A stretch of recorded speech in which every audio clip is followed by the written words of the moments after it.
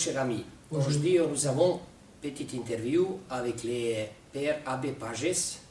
On va savoir un peu plus au niveau de son travail. Bonjour, Père. Bonjour, Père.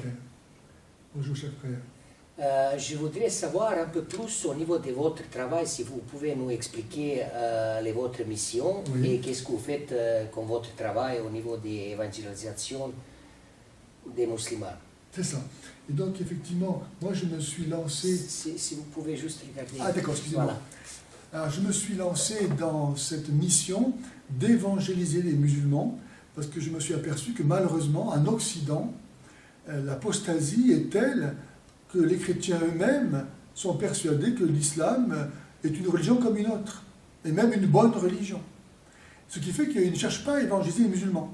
Ils ignorent que l'islam, par nature, a pour vocation d'imposer dans le monde entier la charia, qui est la loi d'Allah, et de se substituer au christianisme qui, pour lui, est la pire abomination qui soit. Car dans le Coran, le seul péché que Allah ne peut pas pardonner, Sourate 4, verset 48, c'est de croire à la Trinité. L'islam venant après le christianisme est nécessairement l'antichrist. Qui peut venir après le Christ, sinon l'antichrist? Jésus nous a annoncé qu'après lui viendraient de faux prophètes et des antichrists. Eh bien, l'islam vient pour détruire l'œuvre du Christ, car dans le Coran, Jésus n'est pas mort, il n'est pas ressuscité, donc nos péchés ne sont pas effacés. C'est comme si Jésus n'avait rien fait. Il n'est qu'un prophète parmi d'autres qui annonce la venue de Mahomet. Et qu'est-ce qu'apporte Mahomet au monde, après Jésus? Le retour à la barbarie. Le retour au judaïsme inoculé aux Arabes, où il ne faut pas manger de cochon, il faut lapider les femmes adultères, il faut être circoncis. Donc c'est du judaïsme inoculé à l'humanité, d'abord aux Arabes, pour rejeter la foi chrétienne. La foi musulmane, il n'y a pas d'autre divinité qu'Allah et Mahomet, son prophète, c'est une négation. Normalement, une profession de foi, c'est fait pour affirmer quelque chose. Et bien là, la profession de foi musulmane, elle nie, elle dit, il n'y a pas d'autre divinité qu'Allah. Autrement dit, on ne connaît pas la Trinité. Car Allah, on ne le connaît pas non plus. On sait seulement qu'il est un. Mais tout est un. Cette maison est un, cette caméra est un. Il n'y a pas deux choses exactement les mêmes. Donc dire que Dieu est unique, franchement, c'est comme rien dire du tout. C'est tellement évident. Et Mahomet, son prophète, ça veut dire, on ne parle pas de Jésus-Christ, Fils de Dieu, Sauveur. On va mettre à la place cet homme qui est tout le ramassis de ce qu'on peut trouver de répréhensible. Pédophile, parjure, adultère, polygame, assassin, tout ce qu'on veut. Et bien c'est ça le modèle des musulmans. Donc l'islam, c'est vraiment l'antichrist qui vient pour détruire l'Église. Et moi, j'espère et je prie, surtout en ce jour où nous fêtons les apparitions de Notre-Dame de Fatima, qui a parlé de la Russie et qui a dit que viendrait un temps de paix suite à la conversion, qui j'espère va produire cette unité.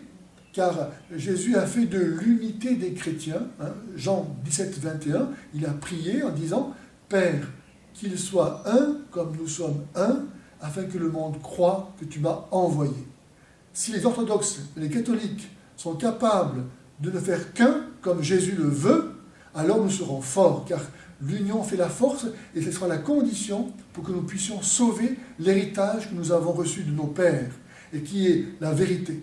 Sans le Dieu qui est à la fois un et trine, il ne peut pas y avoir de paix. Car un Dieu unique n'accepte pas l'altérité, n'accepte pas la différence.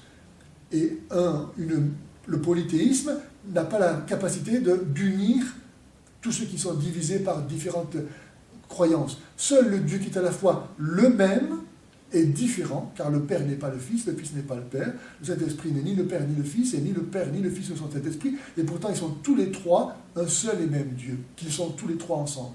Et bien seul ce Dieu-là peut donner la paix au monde, parce qu'il est capable de respecter la différence. La différence, non pas l'opposition, non pas la contradiction. On ne peut pas dire à la fois une chose et son contraire. Mais dans la Trinité, on ne dit pas une chose et son contraire. On ne dit pas il y a une nature divine et trois natures. On dit il y a une nature et trois personnes.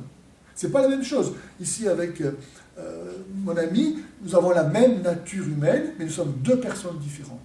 Donc dans la Trinité, on dit il y a une nature et trois personnes. Ce n'est pas contradictoire. Et donc seul ce Dieu-là est capable d'accepter la différence. C'est pour ça que nous devons, nous, orthodoxes et catholiques, par amour de Jésus, qui a fait qu'une église, et qui a dit qu'il y aurait un seul pasteur pour être un, alors nous pourrons sauver le monde par notre communion. Alors je prie pour ça, et surtout en cette fête de Notre-Dame de Fatima, qui est apparue au ciel, qui a montré l'enfer aux enfants, dans un lieu appelé Fatima. Pourquoi Fatima? À mon avis, c'était pour parler aussi aux musulmans, pour dire aux musulmans, les chrétiens croient eux aussi à l'enfer. Car aujourd'hui en Occident, on ne parle plus de l'enfer. On ne sait pas que Jésus est venu nous sauver de l'enfer. Jésus, en Luc 19,10, il dit « Je suis venu chercher et sauver ce qui était perdu ». Autrement dit, nous sommes tous perdus. On va tous en enfer. Si on ne prend pas la main de Jésus, on va en enfer. Nous aussi, chrétiens, nous croyons à l'enfer. Donc, nous, chrétiens, il nous faut retrouver ce sens du salut que Jésus est venu nous donner au monde. À l'Occident, aujourd'hui, on dit « Dieu est tellement bon, tout le monde ira au paradis ». Donc, que tu sois musulman ou pas, c'est pas grave. Que tu sois pécheur ou pas, c'est pas grave. Tu iras au paradis aussi. Donc, nous n'avons plus de force, car plus rien n'a de sens. Et notre mission, est-ce que vous pensez qu'on va gagner dans l'avenir pour stopper l'islamisation de l'Europe blanche? Alors, mon cher ami, moi je suis très pessimiste parce que nous avons 1,4 milliard de musulmans qui sont de plus en plus fanatisés grâce aux médias, grâce aux sectes, les frères musulmans, grâce au wahhabisme, grâce au tabligh, grâce à tous ces mouvements d'islamistes qui vont voir les musulmans en disant « Tu n'es pas un bon musulman, convertis-toi ». Nous avons 1,4 milliard de musulmans qui ont pour vocation d'instaurer l'islam dans le monde. Nous avons l'Occident qui a apostasié la foi chrétienne, qui est devenu franc-maçon, laïque, qui dit il n'y a pas de vérité, chacun sa vérité, chrétien ou musulman, c'est pareil, et qui ouvre les portes avec tous les migrants. Pourquoi les migrants ne vont pas en Arabie Saoudite, au Qatar? Pourquoi ça vient en Europe, puisque nous sommes des impurs? Pourquoi ils ne vont pas en Arabie pour vivre le vrai islam? Donc on voit qu'il y a un mouvement d'islamisation de l'Europe, et malheureusement nos pays, parce qu'ils n'ont plus la foi, parce qu'ils ne croient plus qu'il y a une vérité, c'est-à-dire Jésus-Christ, ils acceptent tout. Tout ça pour avoir de l'argent, des pétro-monarchies du Golfe, puis parce qu'ils sont conduits, sans aucun doute, par des sectes comme la franc-maçonnerie qui est internationale et qui, en sous-main, travaille pour l'avènement d'une nouvelle humanité sur la destruction de l'ancien monde. La devise de la franc-maçonnerie,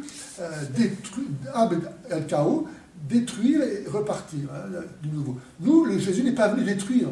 Il n'est pas venu détruire, il est venu sauver. Donc il prend ce qu'il y a, il le guérit, il le sanctifie, il le sauve et le divinise. Dieu, sa création, il l'aime. Il n'est pas venu pour la détruire, faire autre chose. Donc c'est tout à fait différent. Donc nous avons l'islam, nous avons l'Occident, et puis nous avons l'Église qui est divisée. Et puis en Occident, nous, malheureusement, et notre pape en premier, ouvre les portes aux musulmans. Alors que Saint Jean dit, dans la deuxième épître, il dit « Si quelqu'un vient à vous sans apporter l'Évangile, ne le recevez pas chez vous. Quiconque le salue participe à ses œuvres mauvaises. » Moi, si je suis responsable, je ne vais pas accepter que quelqu'un vienne dans ma famille avec l'islam, parce que je ne veux pas que mes enfants soient islamisés. Et pourtant, nos dirigeants, et même dans l'Église, acceptent que les musulmans viennent islamiser l'Europe. C'est incompréhensible pour moi. Donc je suis très, très, très, très, très pessimiste. Et je pense que la Vierge Marie, en venant à Fatima, nous a montré l'Est, les chrétiens d'Orient, les orthodoxes, en disant que par l'effet d'une conversion qui fera que peut-être eux-mêmes vont à la fois trouver ce qu'il y a de bon dans le catholicisme et le catholicisme devenir capable comme ça de s'unir aux orthodoxes. Je crois que grâce notamment avec la Russie, avec Poutine, qui eux rejettent l'homosexualité, le mariage homosexuel, l'avortement, etc., on va retrouver des bases saines pour résister à cette islamisation qui est une catastrophe. L'islam n'a jamais rien apporté de bon au monde. Il a toujours détruit, stérilisé tout ce qu'il a conquis. Et qu'est-ce que vous pensez des peuples serbes? Parce que j'appartiens aussi, je suis français, et j'appartiens aussi de ce peuple. Je suis fier, et toujours je dis, et je respecte toujours le peuple français. Je suis battu pour le peuple français, et je vais rester jusqu'à bout avec le peuple français. Qu'est-ce que vous pensez dans la situation actuelle à Serbie avec les progressivités de l'islam, Kosovo et la Bosnie? Nous savons que ce sont les États-Unis qui sont venus créer ce petit État du Kosovo pour introduire dans l'Europe le germe de la division, empêcher son unité, afin de pouvoir manipuler l'Europe qui sera divisée et islamisée. Nous savons que beaucoup de djihadistes qui sont partis à Daesh sont partis de Bosnie-Herzégovine, sont partis du Kosovo, parce qu'il y a là un foyer d'islamisation radicale au cœur de l'Europe. Et ils ne vont pas simplement partir en Syrie pour faire le djihad, mais ils vont évidemment partir dans toute l'Europe, puisqu'il n'y a plus de frontières. Donc c'est très facile, avec cette implantation d'un État musulman au cœur de l'Europe, de détruire l'unité de l'Europe. Et les Serbes, malheureusement, ont été attaqués sans aucune légalité par les États-Unis, qui n'ont pas suivi les procédures prévues dans ce cas-là, éventuellement par les États-Unis, par les règlements des Nations Unies. Donc on voit bien qu'il y a une volonté des États-Unis partout de favoriser l'islamisation, que ce soit dans les républiques ex-soviétiques, ils ont développé l'islam pour contrer l'avancée du communisme. Après, ils se retrouvent avec cet enfant qu'ils ont engendré et qui se retourne maintenant contre eux. Mais ils ont fait ça aussi en Serbie, ils font ça au Liban, partout. L'islam s'est développé grâce aux États-Unis, qui voulaient lutter contre le communisme, soi-disant. Mais il y a un accord, en fait, entre les États-Unis et le pétrole, pour avoir du pétrole, n'est-ce pas? Mais je crois aussi que pour les maîtres du monde, un peuple musulman est le peuple rêvé, car musulman, ça veut dire soumis. Et soumis à quelque chose qui est arbitraire. Allah, on ne le connaît pas, on ne le connaîtra jamais. Ce qu'il dit être bien, c'est bien. Il pourrait dire que c'est mal, ça serait mal aussi. Il n'y a pas de nature, il n'y a rien qui existe et en quoi Dieu donne du respect. Donc, il peut très bien détruire ce qu'il fait, il n'y a pas de logique, il n'y a pas de raison. Et donc, un peuple qui est soumis à un Dieu qui n'est pas lié à la raison et qui est cruel, qui terrorise, c'est un peuple qui est rêvé pour les maîtres du monde. Si tout le monde devient musulman, alors c'est un peuple qui est facilement exploitable. Ils ne vont jamais réfléchir à ce qui se passe. Il suffit qu'on leur dise que ce soit au nom d'Allah, ils vont obéir. Donc il peut y avoir une alliance très possible entre le pouvoir de l'argent et l'islam. Cher ami, dans cette petite interview, vous pouvez regarder la vérité, situation, qu'est-ce qui se passe en France, qu'est-ce qui se passe en Europe, à cause de quoi, et les combats de Père Pages. Et vous expliquer son travail, et espérons on va gagner pour bloquer l'islam et pour résister, pour rester l'Europe comme on nous connaît et la France aussi. Merci bien pour votre attention. Merci. Merci beaucoup.